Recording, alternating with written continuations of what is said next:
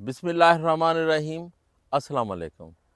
आज हम राणा सखावत अली ख़ान साहब के फॉर्म पे हैं, वो भी हमारे साथ हैं और आज हम उनसे बातचीत करेंगे आम की वैराइटीज़ के हिसाब से कि आम की इस वक्त कौन सी वैराइटीज़ हैं जो मार्केट में बड़ी अच्छी कीमत ले रही हैं और वो फार्मर को लगानी चाहिए, और कौन सी ऐसी वैराइटीज़ हैं जो पहले फार्मर के पास बहुत सारी लगी हुई हैं लेकिन वो आहिस्ता आहिस्ता मार्केट में जो अपनी सही कीमत वसूल नहीं कर पा रही। तो चूँकि ये 2-3 साल से सेल्फ मार्केटिंग भी कर रहे हैं, तो यकीनन इनकी राय जो है वो बड़ी फार्मर के लिए एक गाइडलाइन भी है और एक एक ऑथेंटिक ओपिनियन भी है यकीनन।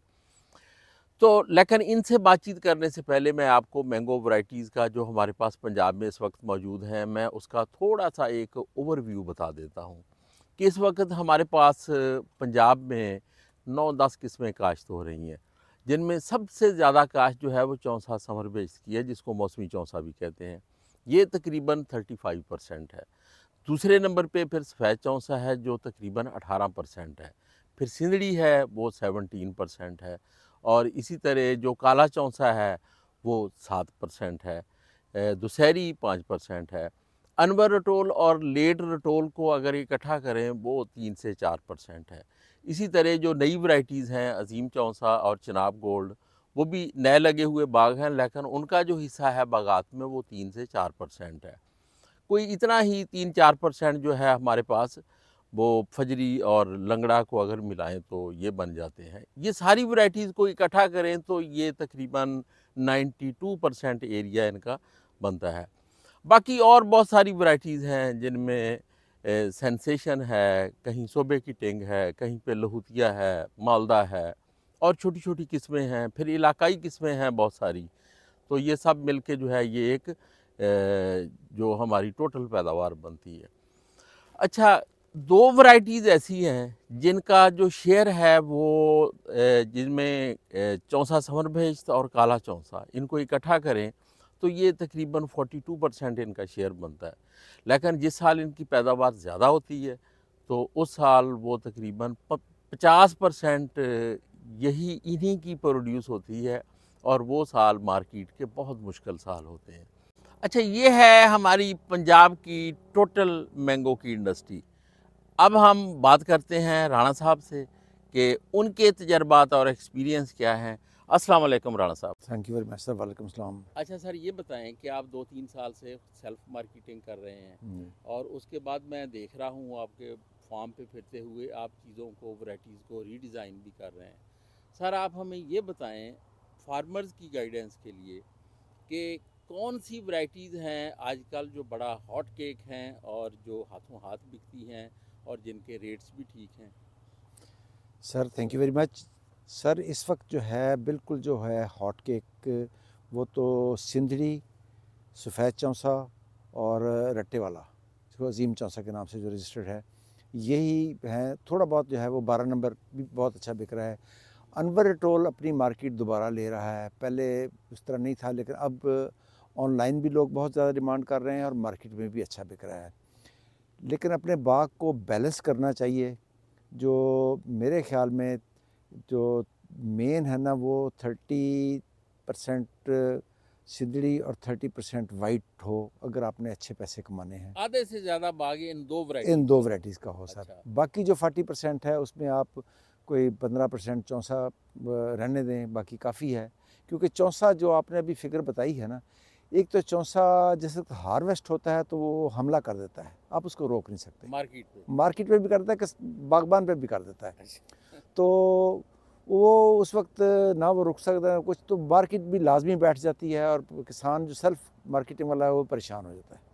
इनमें आपके पास चॉइस भी है और इनमें एक्सपोर्टर भी आपको, सिंदरी तो लोकल भी अच्छा बिकता है और एक्सपोर्टर भी ठीक लेता है। वाइट चौसा जो है एक्सपोर्टर शौक से ले लेता है। तो बस बाकी जो वैरायटी हैं ये अजीम चौसा है, आप इसको कर लें, बाकी 10%, 15% और 12 नंबर अच्छा, को कर कौन लें। कौन सी वैराइटीज़ हैं राणा साहब जो फार्म से ही सेल हो जाती हैं, जिनका बी या सी ग्रेड आम मार्केट में जाता है, बाकी एक्सपोर्ट के लिए यहीं पे फ़रोख्त होता ये सर जो 4 वैराइटीज़ है ना, वाइट चौसा, सिंदरी, अजीम चौसा और 12 नंबर, ये इधर से सेल हो जाते हैं। और अगर आपके ज़्यादा हैं तो सेल्फ़ मार्केटिंग में बंदे के लिए बहुत आसानी है, वरना ठीक है मतलब कि एक मिथ बनी हुई है कि मार्केट में मुश्किलात हैं भी सही किसान के लिए, क्योंकि अच्छा, उन मैं वैसे ये आपसे पूछना चाहता हूँ कि आप 3-4 साल से सेल्फ मार्केटिंग कर रहे हैं, तो ज़ाहिर है आम का एक बहुत सारा हिस्सा आप जो यहाँ नहीं बेच पाते, जी वो आप मार्केट में ही बेचते हैं। जी और आप एक ऐसे फार्मर हैं जिसका मार्केट के साथ कोई इस तरह के लेन देन का लिंकेजेस नहीं है कि जैसे जी आमतौर पे जो बैकर हैं वो वहाँ से आड़ती से पैसे उठा लेते हैं, फिर जी आड़ती भी उस आम को बेचने का पाबंद होता जी है। जी जी तो ख़ास तौर पे जो राशियर होते हैं, जी तो उसमें आड़ती जो है वो आपके आम को फिर वो किस तरह बेचता है? क्या वो सही बिकता है या जो सेल्फ मार्केटिंग वाले ज़िम्मेदार हैं वो तंग होते हैं? सर उसमें आढ़ती ने पैसे दिए होते हैं बेखर को, उसकी प्रायोरिटी जो है ना वो बेखर का आम तो होता ही है, लेकिन उसको वो अपना आम समझता है, हाँ, उसको अपना आम समझ के बेचता है, हमें वो रखता है दूसरे दर्जे में, पहले अपना आम बेच लेता है फिर बेचता है, इसलिए हमें मार्केट में ये मुश्किलात तो होती हैं। लेकिन वक्त के साथ साथ ये ट्रेंड चेंज हो जाएगा कि जब जितनी दफ़ा इनके पैसे मरते हैं आड़तियों के बेखरों के पास, तो फिर आहिस्ता आहिस्ता शायद वो हमें भी पसंद करना शुरू कर दे, जिनको पैसे दिए बगैर उनको कमीशन भी पूरा मिल जाए और उनको पैसे भी ना देने पड़े। लेकिन फ़िलहाल जो है ना हालात जो मैंने आपको पहले बताए हैं वही है। सर वो ग्रोअर जो मार्केट से पैसे भी नहीं लेते, आड़ती से पैसे भी नहीं लेते जी और उसको कहते हैं कि ये हमारा आम है, आपकी आड़त पे मेहरबानी फरमाए इसको जी बेचें, तो ऐसे ज़िम्मेदारों से कितना परसेंट वो कमीशन लेते हैं? सर कमीशन जो है, मैं ख़ुद भी चेयरमैन मार्केट कमेटी रहा हूँ 3 साल। मैंने तो खानपुर की मार्केट कमेटी में 6% पे उनको फ़िक्स कर लिया था कि 6% से ज़्यादा ना लें किससे। लेकिन अब लाहौर में सर 8% है, गुजरांवाला में 8% है, कोयटा में 10% है, सक्खर में 10% है, इस्लामाबाद में 10% है। ये तो बहुत बड़ा जुल्म है। और जो ये जो मैं कह सर रहा हूँ, ये 10% उन लोगों के लिए है जिसको वो पहले एडवांस कुछ पेमेंट करते हैं वो नहीं आड़ती? नहीं नहीं, उनकी छुरी सर हर दो के लिए बराबर है। बेखर को क्योंकि उन्होंने पैसे दिए होते हैं और हमें क्योंकि उन्होंने डिस्करेज करना होता है, इसलिए वो जो मैंने रेट आपको बताए हैं ये दोनों के लिए, फार्मर के लिए भी और बेखर के लिए भी यही रेट हैं सर। सो ये भी एक बड़ा बैरियर है बहुत बड़ा ख़ास तौर बैरियर है, पे। बहुत बड़ा बैरियर है सर।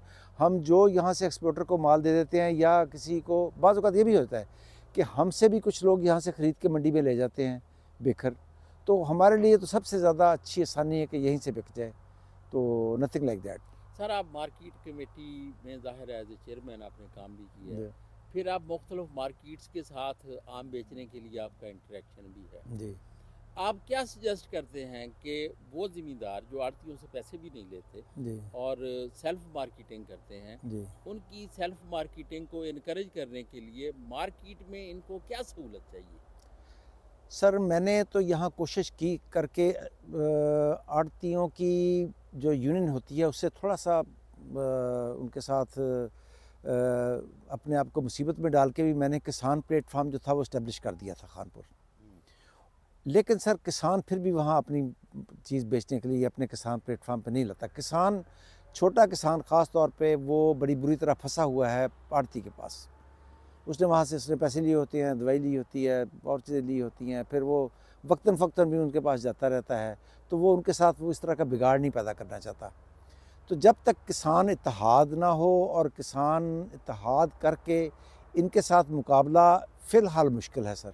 अच्छा, आपकी बात से मुझे जो चीज़ समझ आती है वो ये है कि वो आड़ती जो हैं वो कमीशन भी लेते हैं और ऐसे लोगों का इस्तेहसाल भी है कि जिसने, जहाँ पे आपने कोई इन्वेस्टमेंट भी नहीं की, आप इतनी बड़ी परसेंटेज उसके आम को या जी उसकी जिन्स को बेचने की ले रहे हैं। बिल्कुल इसका मतलब ये है कि इस कम्युनिटी की सर्वाइवल की बड़ी वजह जो है वो ये है कि इनका एक बड़ा फंडिंग सिस्टम भी है जी जो जो लोगों को फंड करता है। जी बिलाखिर वो फंड सारे ग्रोअर्स के पास ही आते हैं और इधर से एक पैरेलल इकानमी है मार्केट की जो जो बिल्कुल बैंकर्स की तरह साथ साथ चल रही है।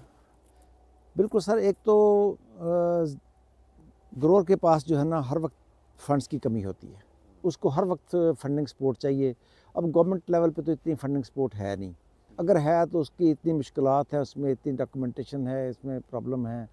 और ये बड़ा आसान सिस्टम है, आढ़ती के पास गए और उसकी रोकड़ पे साइन की और पैसे ले लिए। अगर किसान थोड़ा सा इत्तेहाद करें और अपनी मार्केट, गवर्नमेंट तो उनको किसान प्लेटफार्म देने के लिए हर वक्त तैयार है, लेकिन इस बहुत बड़ा ये एक शोबा है आढ़तियों का जिसके साथ इस वक्त लड़ना मुश्किल मतलब है। अगर ये सिस्टम लीगलाइज हो जाए जी तो इसके लिए आड़ती के लिए रिकवरी आसान हो जाएगी, और जो वहाँ पे बेचने वाले हैं उनके लिए भी कुछ सहूलत हो सकती है कि जिन लोगों ने उनसे फंडिंग नहीं ली उनका माल जो है वो ख़ास तौर पे किसी मुनासिब रेट पे भी बिक सकता है।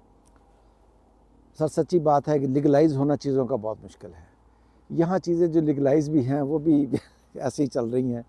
तो चले, फिर इसका मतलब ये है कि सिस्टम अपना रास्ता खुद बनाएगा। बनाएगा। ये ज़िम्मेदार आ रहे हैं, अवेयरनेस बढ़ रही है, सेल्फ मार्केटिंग वाले लोग बढ़ रहे हैं। इस तरह आहिस्ता आहिस्ता मेहनत का जो ट्रेंड बनेगा, बागबान अच्छी पैदावार देंगे और अपनी प्रोड्यूस को ब्रांड बनाएंगे तो वो डेफिनेटली कामयाब होंगे। और फिर ये टाइम लगेगा सर, आखिरकार हर बुराई ने ख़त्म होना है और अपने हक ने गालिब आना है। तो ये इन्हीं चीज़ों की दलील है कि उन वैरायटीज़ को आजकल ग्रोअर ज़्यादा लगा रहे हैं जो फार्म पे सेल होती हैं।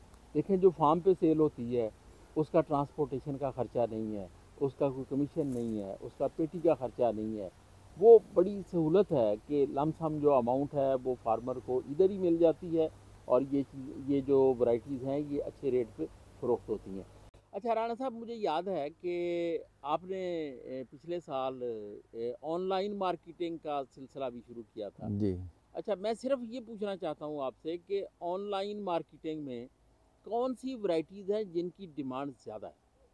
जी सर, ऑनलाइन मार्केटिंग में क्योंकि हमारा जो पसंदीदा यहाँ का है वो तो चौंसा है, तो बाहर नहीं जाता, यहीं बिकता है। लोग वो भी खाते थे, सिंदरी भी मांगते थे। अनवर टोल की मांग ज़्यादा थी पिछले साल, और लेट वैराइटीज़ में अजीम चौंसा और 12 नंबर को लोग ज़्यादा मांगते थे। और बाकी ये है कि ऑनलाइन की मार्केट भी अभी छोटी है सर, क्योंकि हमसे भी जिनको हम 1 डब्बे 2 डब्बे वाले को तो हम भेजते थे, दरमियान में जो फ्राडी भी फिर रहे थे, हमसे 400 डब्बा मांगते थे, पैसे बाद में देंगे, उस तरह के चक्कर में हम नहीं आए। तो इसलिए ये मार्केटिंग भी अभी छोटी है, लेकिन लोग ट्रस्ट करते हैं। आप चीज़ अच्छी भेजेंगे तो वो जाके मार्केट से 2-4 किलो आम खरीदेगा तो उसमें 2-3 दाने तो वो ख़राब डाले डाले। आप ब्रांड बनाएंगे, जो हम भेजते हैं उससे जो है कम से कम लोगों को पता होता है कि सब एक जैसा और अच्छा ही मिलेगा हमें।